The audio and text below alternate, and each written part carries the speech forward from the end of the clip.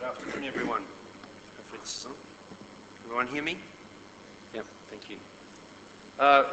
Once again, it's great to be back at NASCOM. This is third year that I've been coming. And as Pradeep has been, and I think some folks have noticed me on stage yesterday, that a number of our clients were asking whether I was from Punjabi. I am Indian, okay, and very proud of that fact.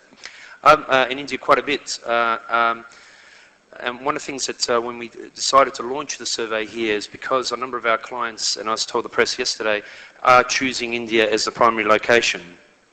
Now, this survey wasn't actually focused on India, but the principles that apply, and I'm just going to spend a few minutes just going through the survey results, just to give the panelists something to discuss, is that what applies globally to these 650 organisations that we interviewed, and they were face-to-face interviews, actually applied to Indian companies as well.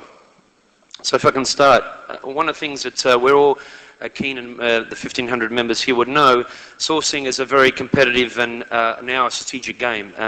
As I've told a number of the press yesterday, it is no longer played just by companies, it's now played by governments. And as you heard the Minister of Technology yesterday for India, he mentioned the second-tier cities and listed them off. I thought he did a very good presentation of those second-tier cities.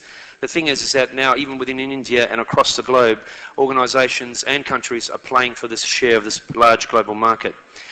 You may have seen even a little bit of a wrap-up yesterday on NASCOM, where we strongly believe that this whole market is yet and has much more, as my good friend Pradeep would say, runway left to go.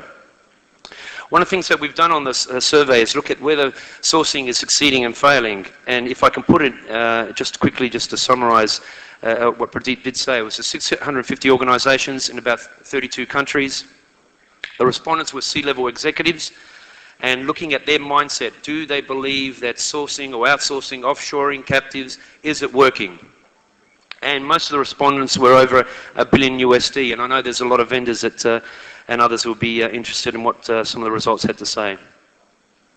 If you look at our measurements, it's where the market is at. Of the 650 participants, a majority were in financial services, and you're now starting to see a large trend. Even in a survey 2-3 years ago, we didn't have the ICE and communication entertainment, the technology sector starting to play, but they're now starting to play.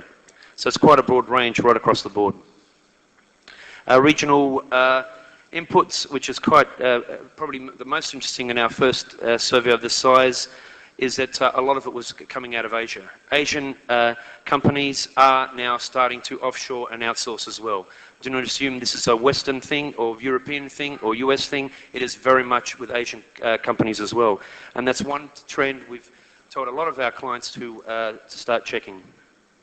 If I go through, we just did a quick study, but I want to show again, and I think as I've said before, India is still seen as the #1 location by most of the 650 organisations, and a study we did in December of Asian companies, where are they offshoring, outsourcing to? It is India seen again as #1.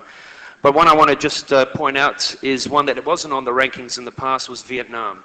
When I gave a presentation in China, Hong Kong recently, or Hong Kong, China, is that everybody was interested in Vietnam. So that's a place to monitor because they've just come up through the ranks. But again, India's #1. One of the things that you may have seen in some parts of the press that we always hear is the bad stories about sourcing or offshoring. Well, of our 650 participants, 89%, an overwhelming majority, were happy with their outsourcing contracts. They were happy. Now, what's kind of interesting here is when we ask that question, are you happy? Well, tell me how happy you are. That's where people are struggling. I'm very happy, I got what I want, but I don't know how to measure it. And that's one of the things that came out of our survey. One thing that, if I can just point out, and we'll talk a little bit through a panel session, is the relationships. Relationships are now quite crucial. The cultural aspects are very important. We're now finding organisations, and this is one thing, I've done a lot of work in this area, and I keep saying to clients, it's not about SLAs, it's about the cultural fit that you have with your vendor. It's about your cultural fit when you do set up a captive, or if you're offshoring, the cultural fit is just as important before you start dressing up all the SLAs. Now, one thing that's interesting, again, going back to the measurement, everyone is happy, but 42% of the service and customers have said we've never actually looked at the benefits we're getting out of it. So it's almost like most folks are the same way. I'm very happy, but I don't know why I'm happy. Well, we're trying to work out and said, well, you need to measure it. One thing that we found too as well is in the measuring side, and only 72% reported they didn't even actually share that information with their service providers. Now, you may have heard the trend for a long while about strategic partnership. Well, a partnership means that we're actually sharing information. We're sharing our results, combining together. Now, if you notice, most organizations are not actually sharing all their information with their service provider. 42% of organizations actually believe that they definitely could have financial improvement. So I'm happy, but I want to be more happier, which if you can be more happier. Only 22% said, well, I did get some competitive improvement. Now, what we have found, or even on the sourcing side, is organizations, and this is the issue, hopefully we'll just get the panelists to discuss it, is on the selection process. One thing that we saw out of the survey, organizations are taking way too long. I know one organization that took 2 years to develop their RFI, which is a request for information. Now, they only know that there's only 3 or 4 suppliers out there, 2 years, and then a further 18 months to come up with the RFP.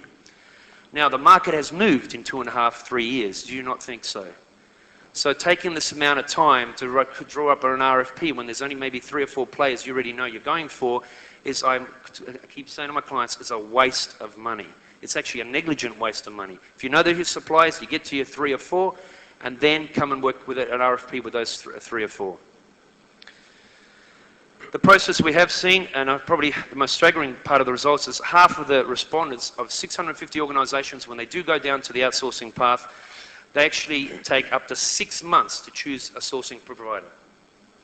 Okay, 30% take over 9 months, and let me tell you, that period of time, you've lost all your opportunities that you think you're going to get.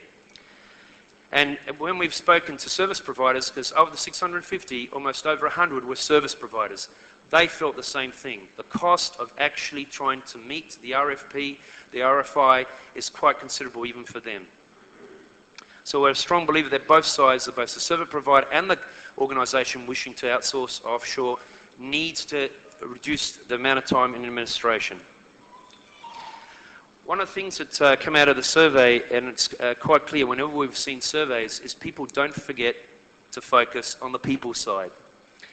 The people side is just as important, and I was giving the press a very good example. It's very easy for us to be in business for a very long time in our area, because what we do look at, it's people spend a lot of time on service level agreements, then they say that they've not have got a great relationship with the vendor. And then we'll say, why don't you have a great relationship with the vendor? And I ask a simple question: may I meet your account manager for the service vendor? May I also meet your contract manager? It's a very fast, easy money for me, and many of you Indians would know I'm into the marriage counseling business. How to keep the vendors and how to keep the clients happy. Let me tell you, you remove a bad account manager from the vendor, you remove a bad contract manager, and you watch the contracts fly, and everybody is happy.